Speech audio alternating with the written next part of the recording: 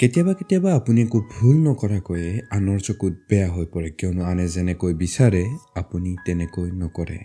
নমস্কাৰ বন্ধুসকল, নতুন এটি কাহিনীৰ সৈতে মই ৰাতুল বৈশ্য। কাহিনীবোৰ শেষলৈকে শুনিব যাতে কাহিনীবোৰ আপোনালোকৰ আগত পাঠ কৰাৰ কাৰণ তথা মৰেলটো জানিব পাৰে। আজিৰ কাহিনী দুজন বন্ধুৰ, এজনৰ নাম লক্ষ্মী আৰু আনজন নাৰায়ণ।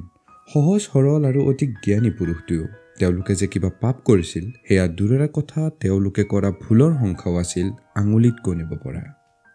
সময়ৰ কালক্ৰমত দুয়ো বৃদ্ধ হ'ল আৰু একেটা দিনতে দুয়োৰে মৃত্যু ঘটিল। যমদূতে দুয়োৰে আত্মাকে যমপুৰীলৈ নিবলৈ ধৰিলে। দুয়োজনেই বহুত সুখী, কিয়নো তেওঁলোক দৃঢ় বিশ্বাসী যে কোনো পাপেই তেওঁলোকে কৰা নাই, ফলত তেওঁলোক স্বৰ্গবাসীয়ে হ'ব।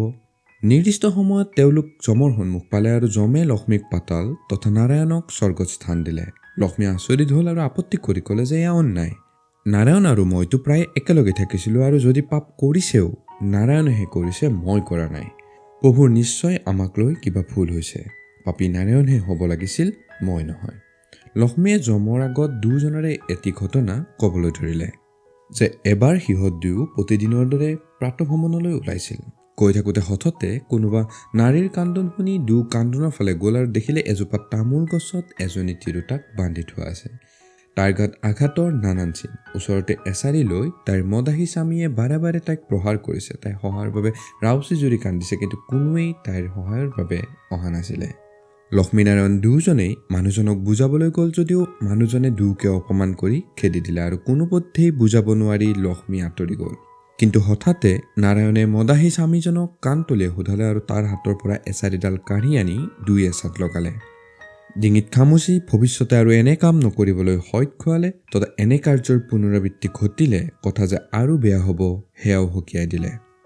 ঘটনাটো কৈ লক্ষ্মীয়ে যমদূতক প্ৰশ্ন কৰিলে যে প্ৰভু, এতিয়া কওক, যিয়ে ক্ৰোধক নিয়ন্ত্ৰণ কৰিব নোৱাৰি আনক প্ৰহাৰ কৰিব পাৰিলে তেওঁ স্বৰ্গত স্থান পোৱাৰ যোগ্য, অথচ কাৰো অন্যায় নকৰা মই কিয় পাতালত স্থান পাবলগীয়া হ'ব পাৰে?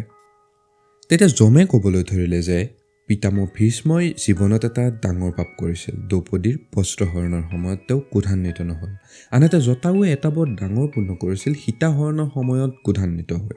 এই পাপ আৰু পুণ্যৰ ফলাফল সকলোৱে দেখিলে।